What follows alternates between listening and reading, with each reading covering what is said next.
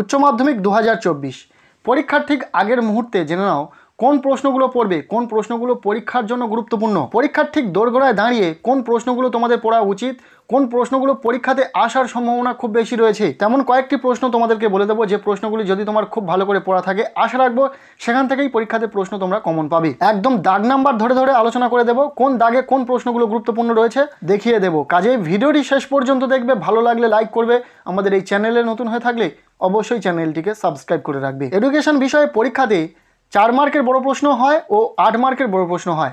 4 মার্কের 2টি বড় প্রশ্ন তোমাদেরকে পরীক্ষাতে লিখতে হবে এবং 8 মার্কের 4টি বড় প্রশ্ন পরীক্ষাতে লিখতে হবে। তো প্রথম থেকে একদম দাগ নাম্বার ধরে ধরে বলে দেবো সেই দাগ থেকে কোন প্রশ্নগুলো পড়বে। পরীক্ষাতে 3-এর দাগে 2টি প্রশ্ন থাকবে, যে কোনো একটি প্রশ্নের উত্তর লিখতে হবে এবং প্রশ্নের মান থাকবে 4 নম্বর। তো এখান থেকে মাত্র 3টি প্রশ্ন বলে দেবো, আশা রাখবো এখান থেকেই পরীক্ষাতে প্রশ্ন কমন পাবে। প্রথম প্রশ্ন, মুক ও বধির শিশুদের শিক্ষাদানের পদ্ধতিগুলি আলোচনা করো। ভীষণ গুরুত্বপূর্ণ প্রশ্ন, খুব ভালো করে পড়বে। এরপর দ্বিতীয় প্রশ্ন, সর্বশিক্ষা অভিযানের মূল উদ্দেশ্যগুলি লেখো। পরপর এই 2টি প্রশ্ন খুব ভালো করে পড়বে।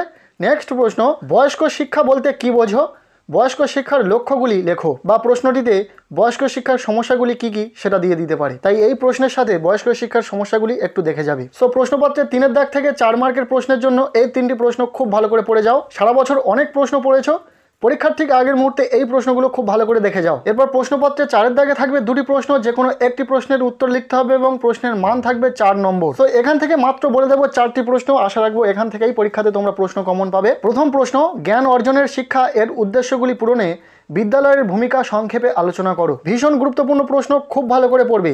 এরপর দ্বিতীয় প্রশ্ন, কর্মের জন্য শিক্ষা এর উদ্দেশ্যগুলি পূরণে বিদ্যালয়ের ভূমিকা সংক্ষেপে আলোচনা করো। নেক্সট প্রশ্ন, শিক্ষায় প্রযুক্তির ব্যবহার বা উপযোগিতা লেখো। পরপর এই 3টি প্রশ্ন খুবই গুরুত্ব সহকারে দেখে যাবে। আর পারলে আরও একটি প্রশ্ন দেখে যাবে এখান থেকে, সেটি হলো একত্রে বসবাসের জন্য শিক্ষার উদ্দেশ্যগুলি পূরণে বিদ্যালয়ের ভূমিকা লেখো। 4-এর দাগ থেকে 4 মার্কের জন্য এই 4টি প্রশ্ন খুব ভালো করে পড়ে যাও। নেক্সট আমরা দেখে নেব প্রশ্নপত্রে 5-এর দাগে থাকবে 3টি প্রশ্ন, যে কোনো 2টি প্রশ্নের উত্তর তোমাদেরকে লিখতে হবে এবং প্রতিটি প্রশ্নের মান থাকবে 8 নম্বর করে। তো এখান থেকে আমরা মাত্র তোমাদেরকে 4টি প্রশ্ন সাজেস্ট করছি, যে প্রশ্নগুলি ভীষণই গুরুত্বপূর্ণ, পরীক্ষাতে আসার মতো প্রশ্ন। প্রথম প্রশ্ন, মনোযোগ বলতে কি বোঝো? শিক্ষাক্ষেত্রে মনোযোগের ভূমিকা লেখো। খুবই গুরুত্বপূর্ণ একটি প্রশ্ন। এরপর দ্বিতীয় প্রশ্ন, সক্রিয় অনুবর্তনের বৈশিষ্ট্যগুলি লেখো। শিক্ষাক্ষেত্রে সক্রিয় অনুবর্তনের ভূমিকা মূল্যায়ন করো। 2টি প্রশ্নই কিন্তু ভীষণই গুরুত্বপূর্ণ, কাজেই খুব ভালো করে পড়বে। এরপর তৃতীয় প্রশ্ন, শিক্ষাক্ষেত্রে প্রাচীন অনুবর্তনের গুরুত্ব লেখো। এর সাথে অপানুবর্তন কাকে বলে? নেক্সট প্রশ্ন, আগ্রহ কাকে বলে?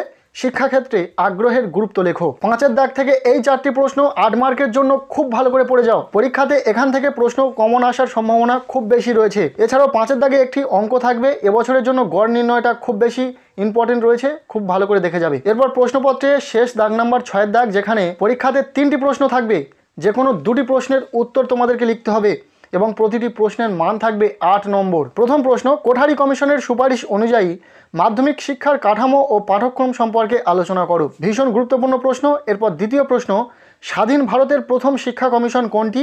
এই কমিশনের সুপারিশ অনুসারে উচ্চ শিক্ষার লক্ষ্যগুলি সংক্ষেপে লেখো। প্রত্যেকটি প্রশ্ন খুবই গুরুত্বপূর্ণ, কাজেই প্রত্যেকটি প্রশ্ন খুব ভালো করে পড়বে। পরবর্তী প্রশ্ন, কারিগরি শিক্ষা কাকে বলে? বৃত্তিমুখী ও কারিগরি শিক্ষার মধ্যে সম্পর্ক নির্ণয় করো। অনেক যাচাই বাছাইয়ের পর কিন্তু এই প্রশ্নগুলো তোমাদের জন্য নিয়ে আসা হয়েছে, কাজেই পরীক্ষার আগের মুহূর্তে এই প্রশ্নগুলো খুব ভালো করে পড়ে যাবে। এরপর এখান থেকে শেষ যে প্রশ্নটি দেখে যাবে, 1986 সালের জাতীয় শিক্ষানীতির মূল সুপারিশগুলি আলোচনা করো। এই 4টি প্রশ্ন 8 মার্কের জন্য ভীষণই গুরুত্বপূর্ণ। পরীক্ষার প্রশ্নপত্রে 6-এর দাগে এখান থেকে প্রশ্ন কমন আসার সম্ভাবনা খুব বেশি রয়েছে, কাজেই 8 মার্কের জন্য এই প্রশ্নগুলো খুব ভালো করে পড়ে যাবে। তবে এখান থেকে আরও একটি এক্সট্রা প্রশ্ন তোমাদেরকে পড়ে যেতে বলবো, সেটি হলো মুদালিয়ার কমিশনের মতে মাধ্যমিক শিক্ষার লক্ষ্য ও উদ্দেশ্যগুলি কি কি?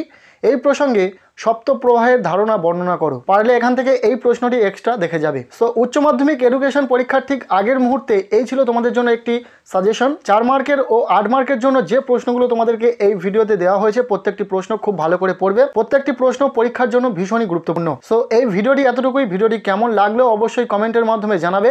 ভিডিওটি ভালো লেগে থাকলে লাইক করবে, আমাদের এই চ্যানেলে নতুন হয়ে থাকলে অবশ্যই চ্যানেলটিকে সাবস্ক্রাইব করে রাখবে এবং পারলে এই ভিডিওটি বন্ধুদের সাথে প্রচুর শেয়ার করে দেবে। আর প্রত্যেকের এডুকেশন পরীক্ষা খুব ভালো হোক, সবার জন্য শুভকামনা রইল।